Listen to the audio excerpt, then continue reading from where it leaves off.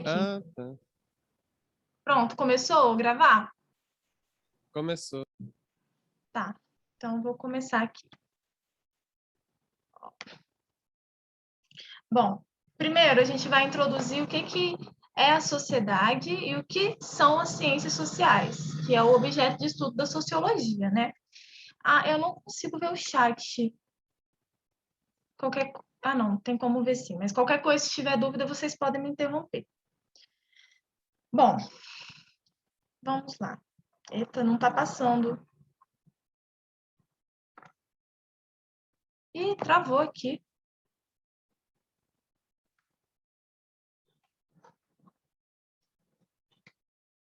Ah, passou. Ó, então, o que é a sociedade? A sociedade é um conjunto de pessoas de tamanho variável, caracterizado por normas, regras e conflitos. Na sociedade, nem sempre há uma igualdade, né? Aliás, nunca há uma igualdade. Ela é marcada pela diversidade, né? São diferentes pessoas com diferentes crenças, diferentes trabalhos, diferentes organizações. A sociedade ela é toda marcada pela diversidade.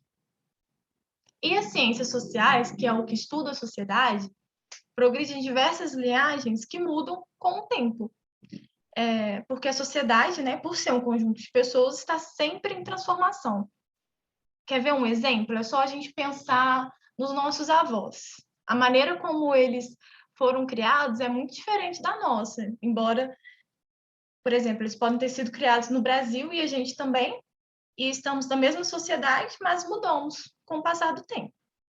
Então, quando a gente estuda sociologia e a gente vê uns sociólogos que falam de muito tempo atrás, é importante a gente saber de como que era o mundo naquela época, por que eles escrevem aquilo, por que eles enxergam daquela forma.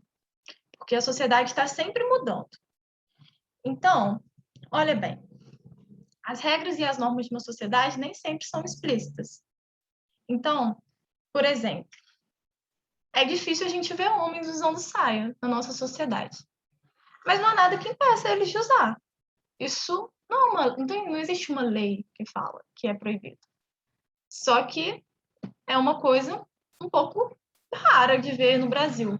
Em compensação, lá na Escócia, por exemplo, eles usam saia, né? Tem aquela roupa específica que é uma saia, que eu não sei o nome. Lá é normal.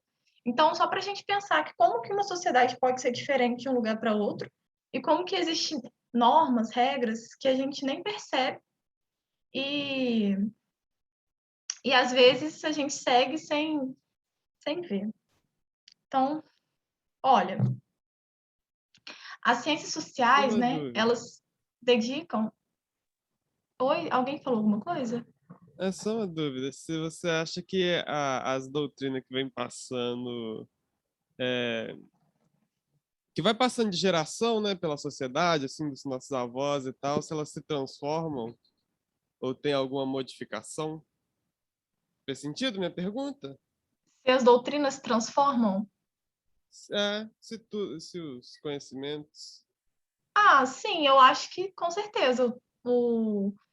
Aliás, é uma característica que eu falei aqui, né, das ciências sociais. Elas progridem em diversas linhagens e mudam. Essas linhagens mudam com o tempo, né? Porque, na verdade, a sociedade ela é dependente de vários fatores, assim,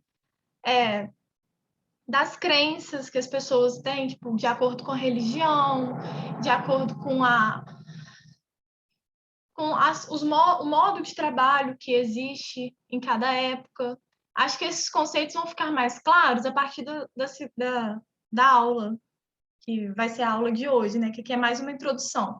E a gente vai perceber que muda, assim, de acordo com o tempo. Por isso que o pensamento, assim, dos nossos avós, por exemplo, é muito diferente do nosso, que é uma coisa que muda por vários fatores. Deixa eu... Alguém falou alguma coisa no chat? Ah, tá. É que teve uma pergunta, né? Foi essa pergunta que você fez agora, né, André?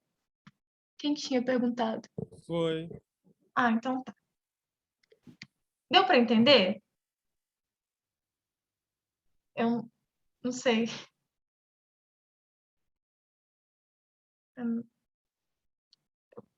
Posso continuar? Espera, abrir o chat. Tá tranquilo. Então, olha bem.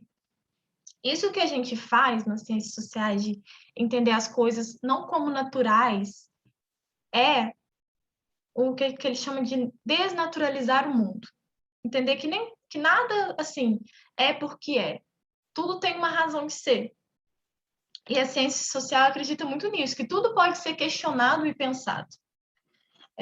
Então, por exemplo, essa tirinha aí questiona o trabalho doméstico como obrigação feminina. Isso é natural? Será? Por que é assim? Então, essas perguntas que norteiam as ciências sociais. Qualquer questionamento que a gente tiver sobre a sociedade, sobre a forma como a gente vive, pode virar objeto de estudo da sociologia, né? Então, os cientistas sociais, que são as pessoas que dedicam estudo a isso, né? Eles têm que lidar com essas questões e ouvir sempre diferentes opiniões sobre o mesmo tema. Porque a gente sabe, né, que a sociedade ela é marcada por diversidade e por conflitos, né?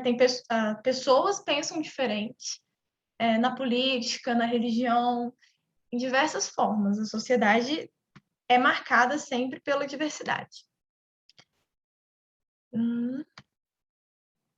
Bom, então tá aqui. Como fazer ciências sociais? Opiniões individuais não constituem ciência social, porque, né, não é uma opinião minha que vai ser a verdade universal da sociedade. O cientista social ele tem que lidar com diversas opiniões, com diversas questões, diversas culturas, diversas crenças. E, como a gente tinha falado, o método científico ele começa sempre com boas perguntas. Então, se você quiser fazer uma pergunta sobre a sociedade, você tem que fazer entrevista, organizar uma coleta de dados para tornar aquilo um conhecimento científico, e não um senso comum, não uma opinião. Então, bom, as ciências sociais, elas se dividem em 3 grandes áreas, que é o que a gente vai estudar aqui: a antropologia, a sociologia e a ciência política. No Brasil, os estudiosos das três áreas são denominados igualmente sociólogos, e por isso que a gente chama essa disciplina aqui de sociologia. Então, a antropologia. A principal questão da antropologia é como o ser humano pode levar vidas tão diferentes se nós somos a mesma espécie, né? Então, olha essa imagem, por exemplo. A gente vê uma mulher de biquíni, provavelmente da sociedade ocidental, olhando para uma mulher de burca que deve ser de algum país de origem muçulmana, né? E olha só como elas têm opiniões diferentes, uma em relação à outra. E é importante a gente lembrar que quando a gente analisa uma outra cultura que não é a nossa, a gente não pode entender a nossa como superior. É apenas diferente mesmo.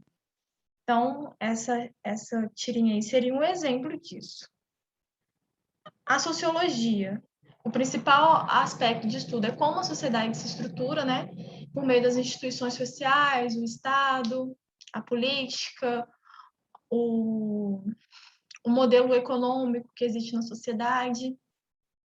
E, por último, a gente vai estudar também, ao longo até o Enem, né? Não vai ser um ano, vai ser o quê? Alguns meses, né? A ciência política, que, né, vai centrar o estudo na política e nas formas de poder. Então, aqui foi só uma aula introdutória para explicar para vocês o que é sociologia e o que ela estuda. Agora eu vou começar a aula de verdade. Alguém falou alguma coisa? Não, né? Antropologia é o quê? Antropologia é o que estuda mais como o ser humano vive em diferentes lugares. O objeto central de estudo da antropologia seria a cultura. Por exemplo, um antropólogo ele pode, por exemplo, passar um tempo numa tribo indígena para descobrir como que funciona aquela sociedade, como eles se organizam, essas coisas. Eles sempre vão estudar assim as diferenças. como o ser humano consegue levar vidas tão diferentes em diferentes lugares. Os índios, por exemplo, é um exemplo de sociedade que é diferente da nossa, né? E o objeto de estudo dos antropólogos vão ser mais isso, voltados para a cultura, como que o ser humano vive. É mais assim, o ser humano que é o objeto de estudo da antropologia. Entendeu? Ah, sim. Muito obrigado. Por nada. Então, aqui a gente vai falar sobre o surgimento da sociologia. Por ser uma disciplina, assim, com mais teoria, eu consegui separar poucas questões do Enem mesmo, que a gente vai falar aqui nessa aula. Vai ter, acho que 4 ou 5 questões nessa aula. Mas aí, depois eu vou passar para vocês umas outras questões que eu separei aqui, mas aí vocês fazem em casa, que eu acho que é melhor. Se tiver dúvida, vocês podem falar comigo. E, então,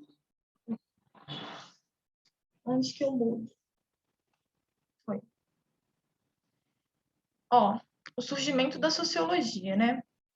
Aqui nessa imagem tá bem difícil de ver, né? Ela tá com uma resolução ruim, mas é um moço, né? Um homem escrevendo, parece que estudando alguma coisa, e atrás tem um trem, tem umas fábricas saindo fumaça.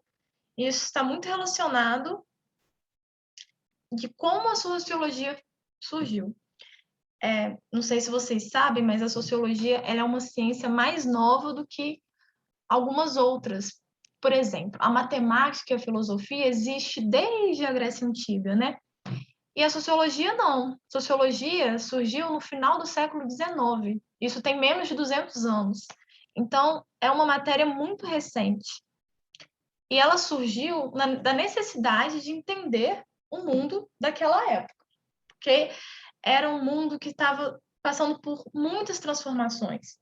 E aqui, quando a gente falar de sociedade, a gente está sempre falando da sociedade europeia, porque foi lá que surgiu a sociologia. Então, uma sociedade de transformação. Acho que transformação é a principal palavra para a gente explicar tudo o que estava acontecendo lá. Vocês vão ver melhor esses conteúdos em história, acho que mais para frente, mas vocês já devem ter visto na escola, né, sobre o iluminismo, que foi uma grande mudança de pensamento ao longo do século XVIII, né? Na Europa, as pessoas passaram a buscar a razão, né? A ciência para explicar a vida delas, né? Antes disso, tinha o que? O feudalismo, né? Em que a igreja dominava, era a grande senhora feudal, dominava o pensamento das pessoas, tudo era explicado como vontade divina. E do iluminismo há o que? Uma quebra desse pensamento. As pessoas vão buscar a razão para explicar as coisas, a ciência. E um grande marco do século XVIII é a Revolução Francesa, né? E a Revolução Francesa tem um significado muito importante, que é a ascensão da burguesia ao poder, né? Que o rei, a monarquia, né? O antigo regime deixa de existir. Inclusive, né, tem um episódio muito importante da Revolução Francesa em que o rei é guilhotinado, né? Então, eles fazem lá a Declaração de Direitos dos Homens pelos ideais de igualdade e fraternidade, né? E com isso, deixa de existir a monarquia na França. Então, olha só quanta transformação que aconteceu nesse século. Antes, eles eram lá dominados pelos reis, e agora eles tiram o rei do poder. Então, tem também a valorização da ciência, distanciamento da visão teocêntrica. O que seria teocêntrico? Seria Deus como centro do universo, Deus como centro de todas as coisas. Agora, eles não mais usam a explicação da igreja para tudo, eles buscam a razão. E, com isso, a ciência desenvolve e traz muito avanço tecnológico. esses avanços tecnológicos vão propiciar mais revoluções e mais mudanças ainda nessa sociedade. Então, o que vai acontecer? A grande mudança que vem disso tudo são as revoluções industriais, né? Que aconteceu principalmente na Inglaterra e na França. E isso traz uma mudança drástica para o mundo, uma mudança drástica na sociedade. Primeiro, as máquinas substituem a força de trabalho. Com isso, há um aumento da produção, uma redução do tempo e do custo. Imagina, se antes eles demoravam um dia inteiro para fazer uma peça de roupa, agora eles faziam 10, 20 peças de roupa. Alguém perguntou. Pode falar, tá no chat. O surgimento do Estado laico veio junto com o surgimento da sociologia ou veio um pouco depois? Olha, a gente está falando da sociedade europeia, né? O Estado laico, eu acho que ele surge, não tenho certeza, eu acho que ele surge na Revolução Francesa. Parece que eu li isso em algum lugar hoje, se eu não me engano. O surgimento da sociologia, ele vem um pouco depois, então, nesse caso.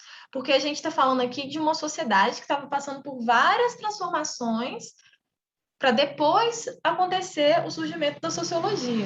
Então, o Estado laico ele vem antes do surgimento da sociologia. Só que aí é importante a gente entender, né, que a gente está falando do Estado laico na Europa, né? Porque existem sociedades que o Estado não é laico até hoje, né? Por exemplo, vocês viram lá que no Afeganistão tá acontecendo uma guerra, que o Talibã está tomando poder, né? Lá seria um exemplo de um Estado que não é laico, né? Lá é teocêntrico, eles usam a religião para dominar. Então, aqui a gente está falando da Europa, é sempre importante a gente entender isso. Então, vamos continuar aqui. Né? Todas essas mudanças e avanços tecnológicos levaram às revoluções industriais. E, né, teve essa substituição da força de trabalho humano. E a gente estudava lá no feudalismo, né, que era a sociedade que existia antes disso tudo acontecer, era uma sociedade rural, as pessoas viviam da terra, e de repente elas saem do campo para ir para as cidades, e isso gera alguns problemas, né? Nem tudo era vantagem. E esses problemas foi miséria, desemprego. Por quê? Porque precisava de menos pessoas trabalhando para produzir, que as máquinas substituíam a força de trabalho, né?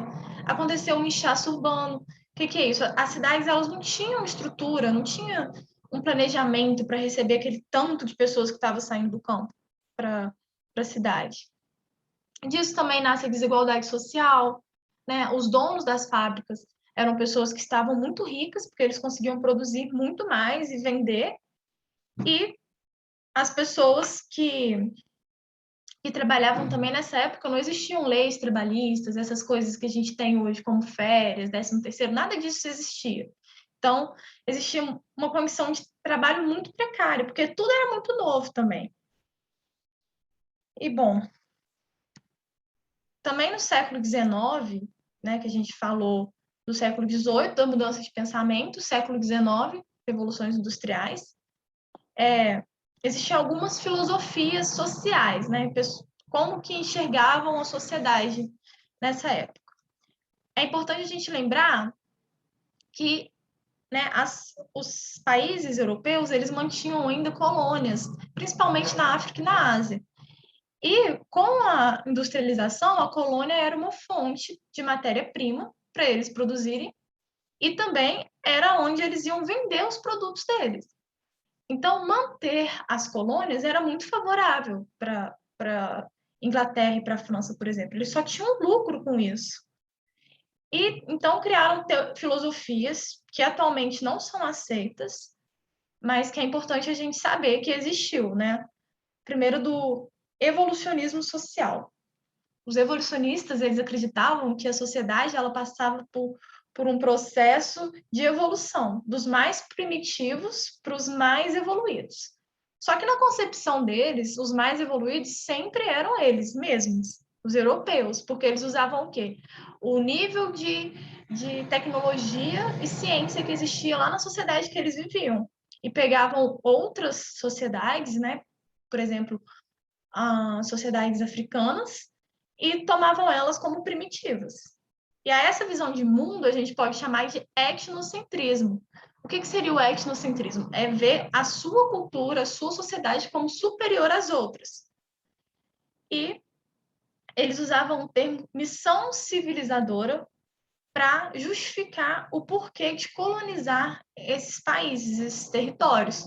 Porque eles falavam que estavam levando progresso a essas pessoas. E também existiu uma outra corrente filosófica chamada de darwinismo social, que é muito parecida com o evolucionismo. Né? Darwinismo, esse nome vem da obra de Darwin, mas não foi Darwin que escreveu isso, né? Darwin só escreveu lá aquele livro das espécies, né? Que fala da evolução das espécies. E alguns pensadores lá da época leram a obra dele e tentaram explicar a sociedade através disso. E um principal ponto disso é o que a gente chama de determinismo biológico. Eles acreditavam que as pessoas eram determinadas pelo lugar que elas nasceram.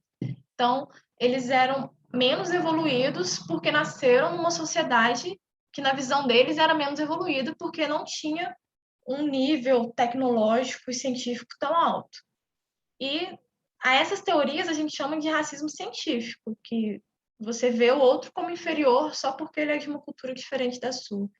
E isso não é aceito atualmente. A sociologia não usa essas filosofias do século XIX, mas é importante a gente saber que existiu.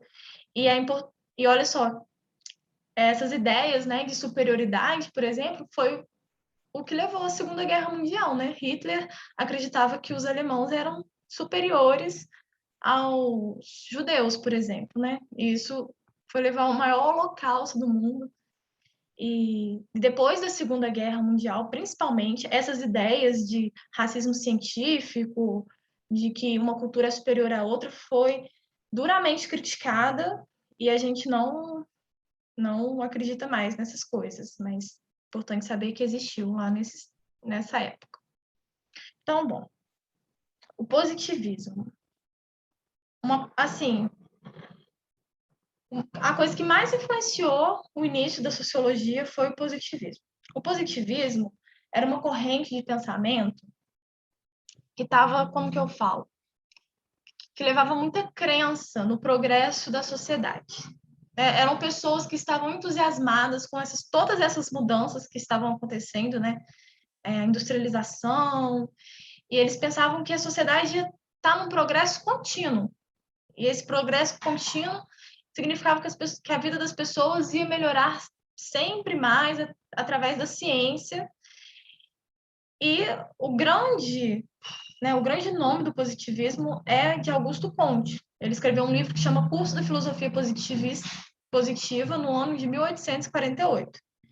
Então, era uma corrente filosófica que buscava uma reorganização intelectual, moral e política da ordem social, com o intuito de controle de todas as instituições sociais. No Brasil, eu até coloquei a bandeira do Brasil aqui, está escrito o quê na bandeira? Ordem e progresso. Esses dizeres, ordem e progresso, eles são uma influência positivista. Quando teve a proclamação da República, as forças armadas que proclamaram a República, elas se inspiravam nos ideais positivistas. Ou seja, acreditavam que através da ordem, da organização da sociedade, a gente ia chegar sempre mais ao progresso. Então, todas as vezes que vocês virem a palavra positivismo, vocês lembrem da bandeira do Brasil, que vocês vão lembrar do que está escrito lá, e vai lembrar que é a ordem para chegar no progresso. Essa é a ideia principal do positivismo. E o Comte, né, que é esse cara aqui, ele dividiu o seu pensamento em 3 estágios. Ele achava que as sociedades elas estariam em 3 estágios: teológico, metafísico e positivo. Então, ó, o que seria o estado teológico? É o estado em que o mito e a religião dominam. Ou seja, não tem a ciência, né? Não tem a razão ainda. O estado metafísico, a filosofia assume o lugar da religião, mas mantém a abstração, né? Começa a desenvolver a razão, mas ainda acredita na filosofia, ainda acredita em coisas metafísicas, né? E, por fim, o estado positivo, que ele achava que era o que todas as sociedades deveriam chegar nesse estágio, é em que a ciência toma o lugar da religião e da filosofia. As coisas passam a ser explicadas única e exclusivamente através da razão. Essa era a teoria do Comte. E é atribuído a Comte a criação do termo sociologia. Ele propõe uma disciplina que fosse capaz de estudar a sociedade para, né, ver esses aspectos que sempre tem que melhorar. Então, a sociologia nasce daí, né? O termo sociologia é atribuído a Comte, que propôs uma ciência específica cujo objeto de estudo é a sociedade. Inicialmente, pensavam as ciências sociais como um saber exato. Comte, ele tentava encaixar as ciências sociais como uma coisa assim, exata e imutável, igual a física e a matemática é. E hoje a gente sabe que não é uma coisa exata, né? Que está sempre passando por muitas transformações, que é diferente dependendo do lugar que tiver, né? Existem vários tipos de sociedade. Não existe uma sociedade melhor e outra pior, mais evoluída e menos evoluída. São apenas diferentes ali nos seus costumes, na sua cultura. Então, bom, a gente está falando aqui que o saber da sociologia é científico, porque elabora métodos e testam suas hipóteses. Foi o que eu falei com vocês antes sobre, né, as perguntas que chegam em respostas diversas e daí vai nascer o saber científico, né? E não é uma opinião. E, bom, aqui vou começar, então, a fazer as questões. Tá tudo certo? Tem alguma dúvida? Não, tranquilo. Tranquilo? Ó, então vamos aqui. Considerando-se as grandes mudanças que ocorreram na história da humanidade, aquelas que aconteceram no século XVIII e que se estenderam até o século XIX, só foram superadas pelas grandes transformações do final do século XX. As mudanças provocadas pela revolução científico-tecnológica que denominamos Revolução Industrial marcaram profundamente a organização social, alterando-a por completo, criando novas formas de organização e causando modificações culturais duradouras, que perduram até os dias atuais. Sobre o surgimento da sociologia e as mudanças ocorridas na modernidade, é correto afirmar: a intensificação da economia agrária em larga escala nas metrópoles gerou o êxodo para o campo. B. O aparecimento das fábricas e o seu desenvolvimento levou ao crescimento das cidades rurais.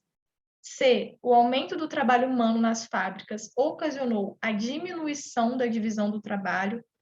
D. A agricultura familiar desse período foi objeto de estudo que fez surgir as ciências sociais. A antiga forma de ver o mundo não podia mais solucionar os novos problemas sociais. O que vocês acham que é o certo?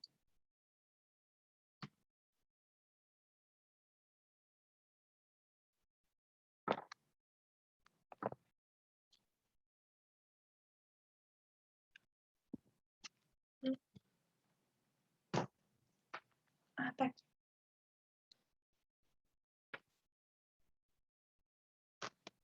Deixa eu ver.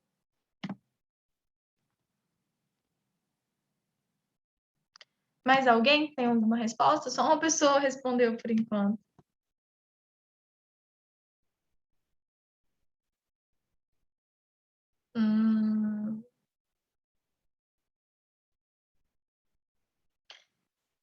Olha, gente, vamos lá.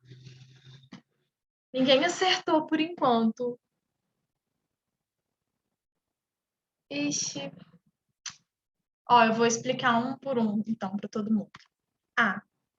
A intensificação da economia agrária em larga escala nas metrópoles gerou o êxodo para o campo. Por que não é essa? Na verdade, a gente vê acontecer o contrário. A gente vê acontecer o contrário. Não intensificou a economia agrária. O que aconteceu foi a economia industrial que se desenvolveu nesse tempo, né? Então, o êxodo para o campo foi o êxodo para as cidades. Então, é o contrário do que está falando aqui. Na letra B. Mais alguém? A Samira respondeu, porque não houve êxodo para o campo, isso mesmo. E também não é a intensificação da economia agrária, foi a economia industrial. Na letra B. O aparecimento das fábricas e o seu desenvolvimento levou ao crescimento das cidades rurais.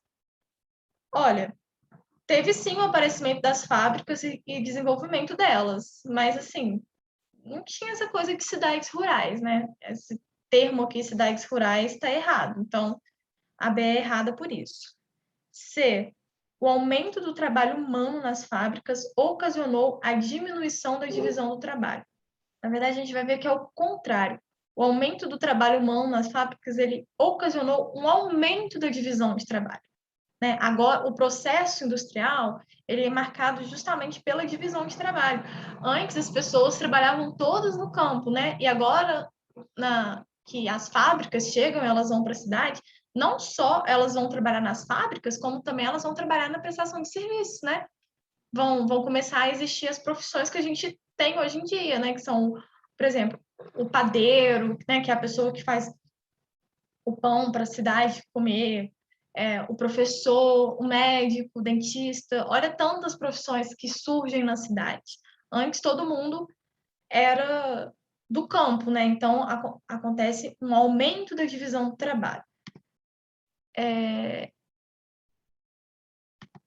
Na D, a agricultura familiar desse período foi o objeto de estudo que fez surgir as ciências sociais. Não foi a agricultura familiar.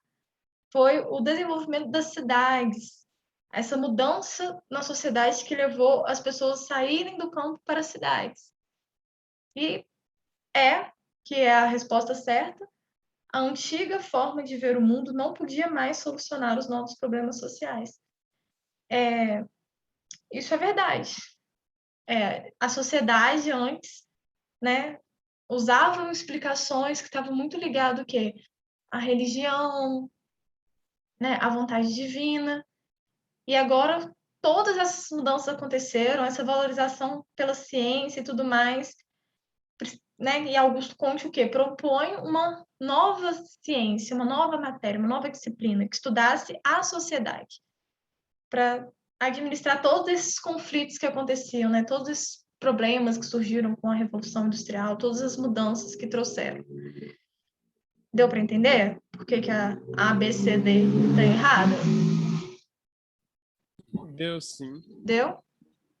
Aí estava bem escrita do jeito que aquelas questões do Enem que tá nada a ver, sabe? Só para tem umas assim que sempre tá bem errada, essa parecia. E as questões de sociologia e filosofia são danadas para ser desse jeito, né? A gente sempre confunde. Mas fazendo exercício, treinando, a gente vai chegar lá. Vai passar para a próxima. Ó, essa aqui tem a ver com as filosofias sociais que existiam no século XIX, de darwinismo e evolucionismo social. Eugenia, vocês sabem o que é eugenia? Que eu acho que é importante para entender o que está aqui. Eugenia eu não sei, não. Então, eugenia é o quê? É uma seleção das pessoas baseadas em leis genéticas, né? Aquelas teorias lá de darwinismo social, que acreditava que as pessoas eram mais evoluídas de acordo com o lugar que elas nasciam, né? Então, eugenia é essa ideia, sabe? Que se a gente selecionar seres humanos mais evoluídos, a gente vai ter uma sociedade mais evoluída. Uma visão de mundo que não é muito aceita, né? Mas, enfim. A eugenia, tal como originalmente concebida, era a aplicação de boas práticas de melhoramento ao aprimoramento da espécie humana. Francis Galton foi o primeiro a sugerir com destaque o valor da reprodução humana controlada, considerando-a produtora do aperfeiçoamento da espécie. Ou seja, essa ideia mesmo de que existe pessoas mais evoluídas e menos evoluídas de acordo com o local que elas nasceram e a sociedade que elas estão inseridas, né? Então, ó, um resultado da aplicação dessa teoria, disseminada a partir da segunda metade do século XIX, foi o quê? Ó? A. Aprovação de medidas de inclusão social. B. Adoção de crianças com diferentes características físicas. C. Estabelecimento de legislação que combatia as divisões sociais. D. Prisão e esterilização de pessoas com características consideradas inferiores. E. Desenvolvimento de próteses que possibilitavam a reabilitação de pessoas deficientes. E aí, o que vocês acham? Lembra que essa eugenia está querendo o quê? Um melhoramento, uma seleção das pessoas. Ó.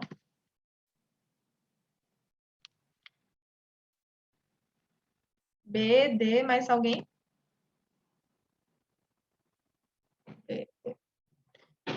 Olá, gente, vamos ver. A eugenia, ela é uma visão do mundo que acredita que existem pessoas superiores e inferiores, né? Inclusive, até o que está falando aqui, né?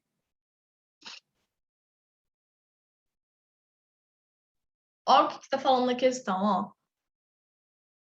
Francis Galton foi o primeiro a sugerir com destaque o valor da reprodução humana controlada, considerando a produtora do aperfeiçoamento da espécie. Ou seja, sugeriu o quê?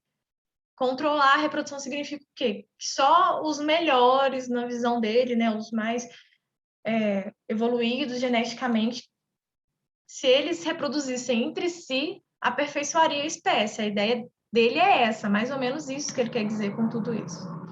Então, vamos lá. Aprovação de medidas de inclusão social? Não.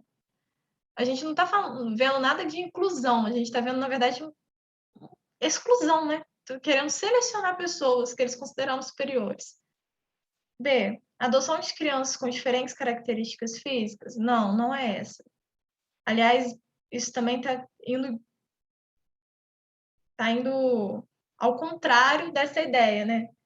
Aqui a gente está falando também de adoção de crianças com diferentes características físicas seria uma coisa de incluir. Na verdade, essa teoria da eugenia, ela exclui, né, as pessoas e não inclui. C. Estabelecimento de legislação que combatia as divisões sociais? Também não é. Eles não estão combatendo divisões sociais. Eles estão falando o quê? Reprodução controlada, olha só. Estão excluindo mesmo. D. Prisão e esterilização de pessoas com características consideradas inferiores? Essa aqui é a resposta certa. Essa ideia de eugenia é justamente essa. E desenvolvimento de próteses que possibilitavam a reabilitação de pessoas deficientes, não é também, né? A gente não está falando de exclusão, de inclusão, a gente está falando de exclusão com base na eugenia. Deu para entender? Deu. Deu? Tá, vamos para a próxima, então. Ixi, andou demais.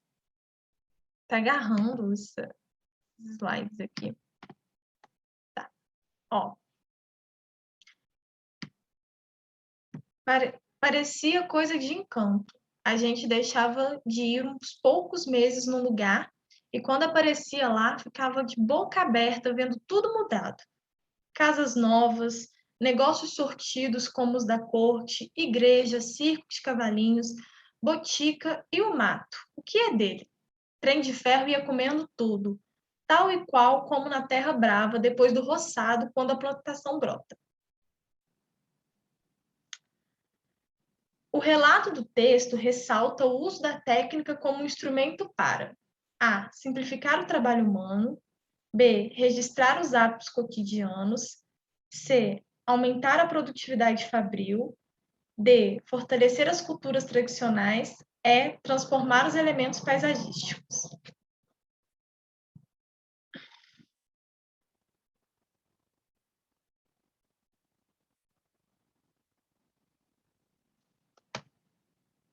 Vamos ver a resposta.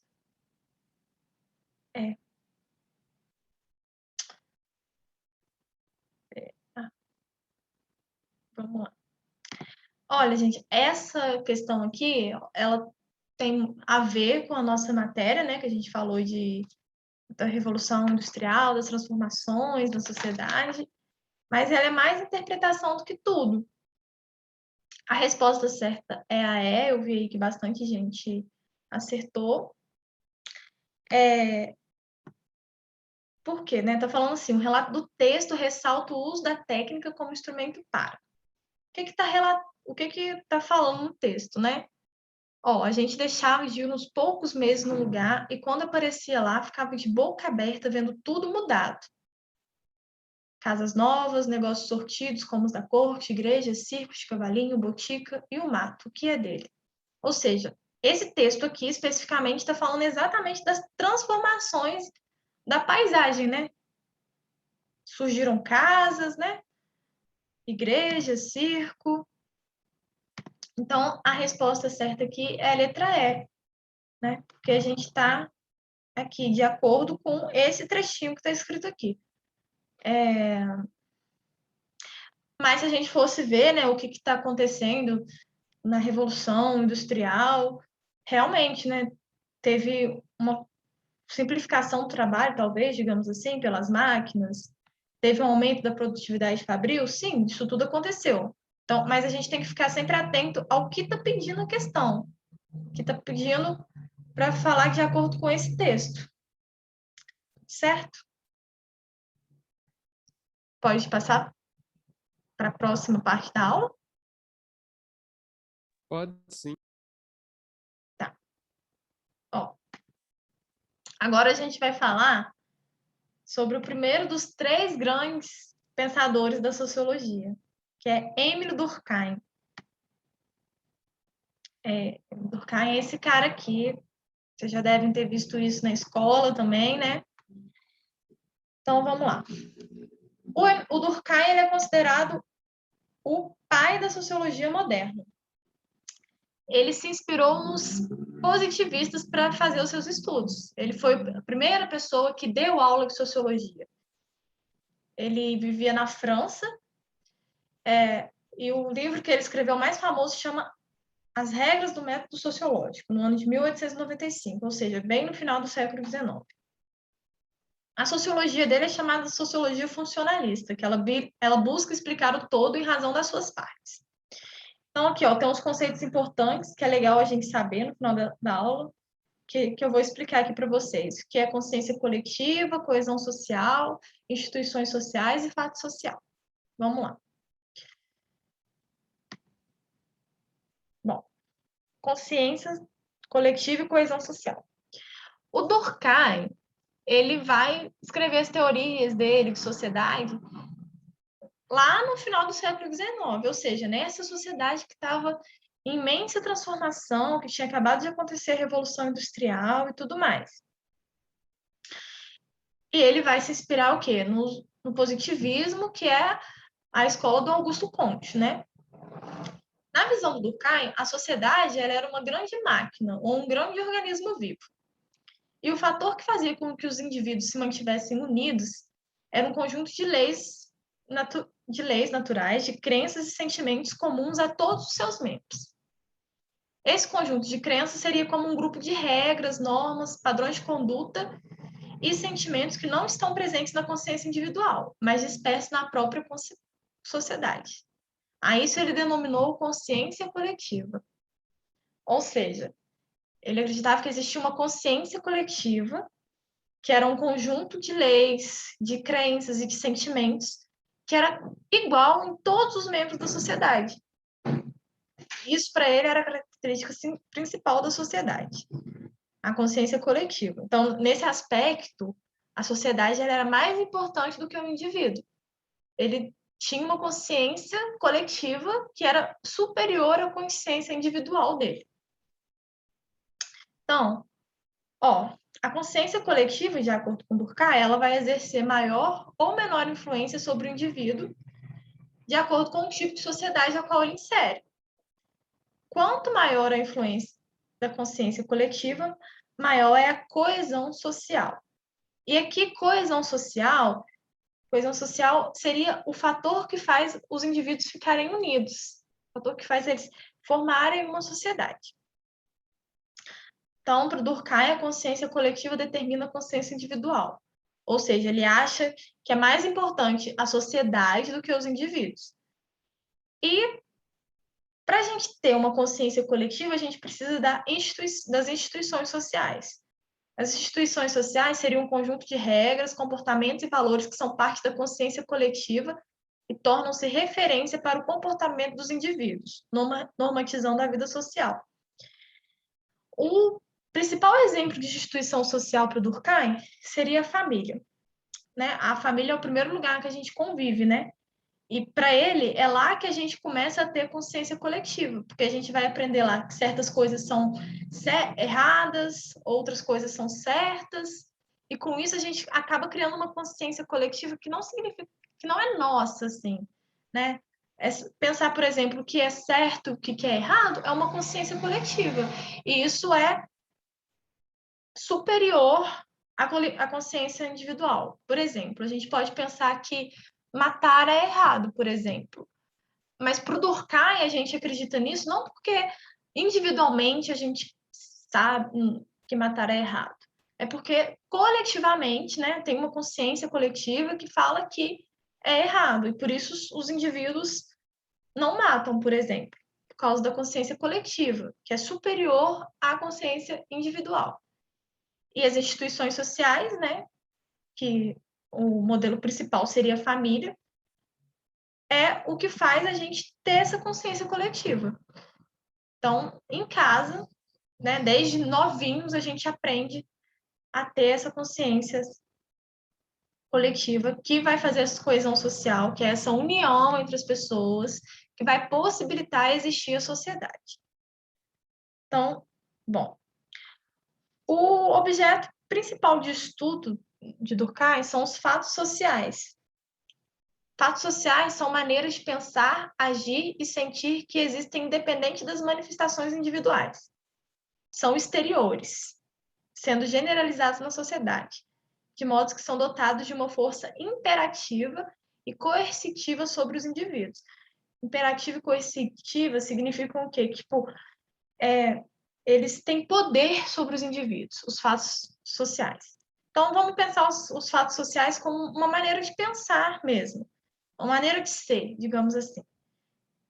Uma coisa, para ser fato social, ela tem que apresentar uma generalidade. Ou seja, ele é genérico, todas as pessoas pensam mais ou menos aquilo. Externalidade, ele é externo ao indivíduo, não é um fruto da consciência individual, é da coletiva. E coercitividade, ou seja, tem um poder coercitivo sobre os indivíduos. Eles moldam as vontades dos indivíduos. Um exemplo de fato social que a gente poderia falar aqui, muito importante, é a religião. Olha só, aqui a gente vê pessoas que provavelmente são islâmicas, né? Que usam essas vestes e eles usam porque eles acham, né, que é o certo, tudo, é a religião deles. E olha, vamos trazer mais para a nossa realidade. O futebol no Brasil, por exemplo, é um fato social. Né? O esporte que a gente mais vê falar no Brasil é o futebol. Geralmente, os meninos, quando são crianças, eles querem ser jogadores de futebol. Isso é uma maneira de pensar e sentir que independe da vontade individual. Por exemplo, eu posso nascer no Brasil e não gostar de futebol. Só que independente de eu não gostar ou não, é o esporte que é mais valorizado pela sociedade, né? É o que a gente vê mais pessoas querendo ser jogador, enfim. O futebol no Brasil é um bom exemplo de fato social. Então, assim, para pensar que para o Durkheim qualquer coisa pode ser fato social, né? Qualquer coisa que se encaixa nisso, que são maneiras de pensar, agir e sentir, que existe independente das manifestações individuais, ou seja, são coletivos.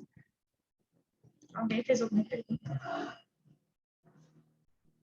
A sociedade deixa a queimada de lado. É verdade. Tinha que ter queimada nas Olimpíadas, né? Melhor esporte. Vamos lá.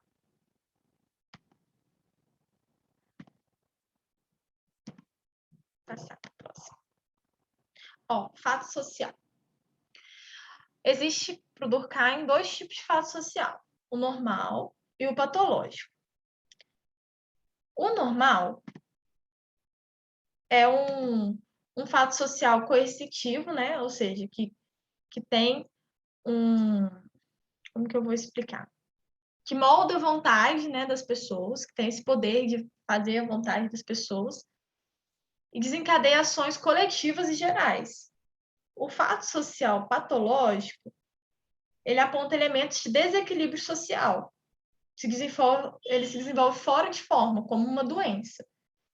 Para entender melhor isso aqui, vamos pensar na violência. Por exemplo, roubos e assaltos. Existe um certo nível de roubo e assalto que acontece na sociedade que é normal, né? Assim, quase todas as cidades acontece. Só que um lugar que você é assaltado a todo tempo não seria normal, né? Seria o patológico. Mais ou menos nesse sentido, assim, que ele escreve fato social normal e patológico. O patológico, ele aponta para elementos de desequilíbrio.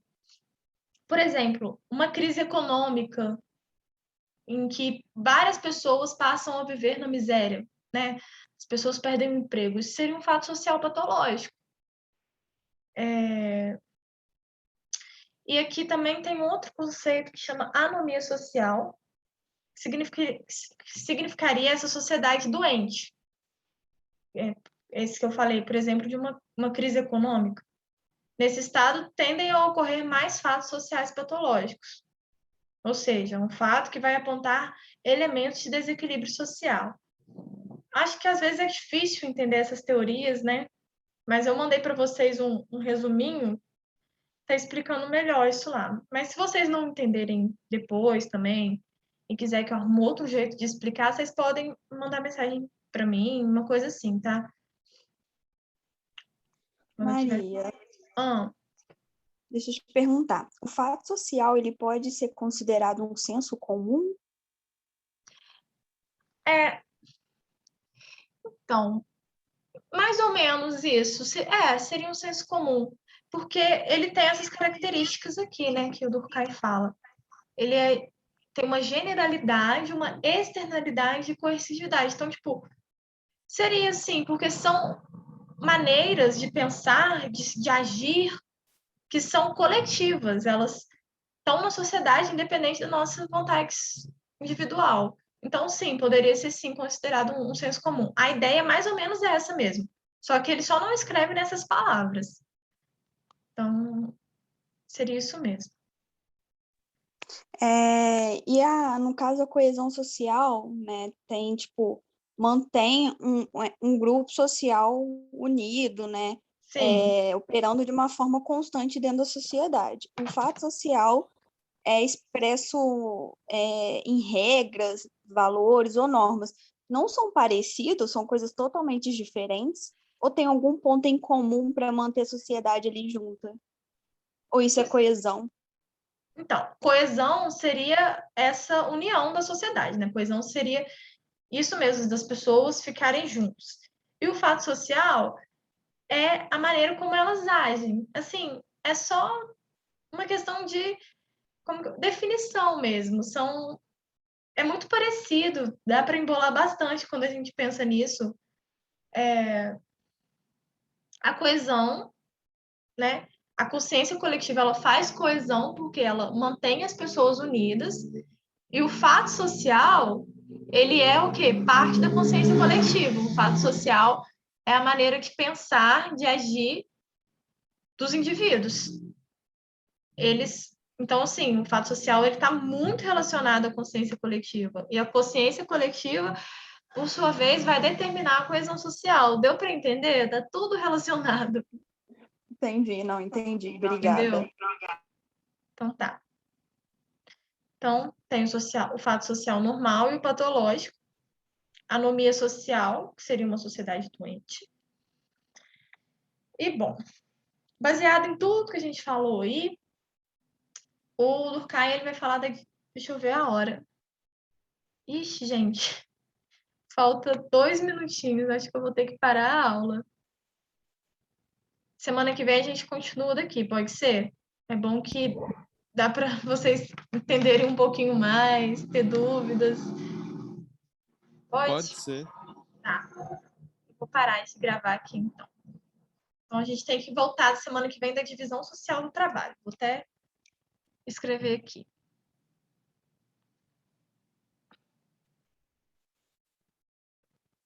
Onde que para a gravar? Ah,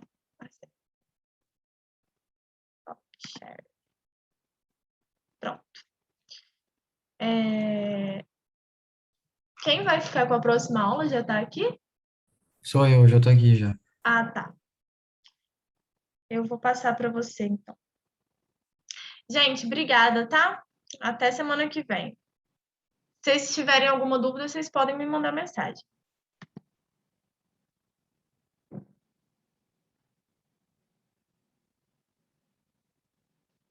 Ah, make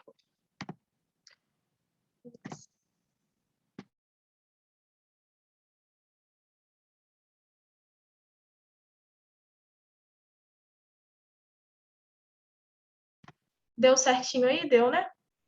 Deu certinho. Obrigado, tá? Por nada. Tchau, gente. Boa aula para vocês.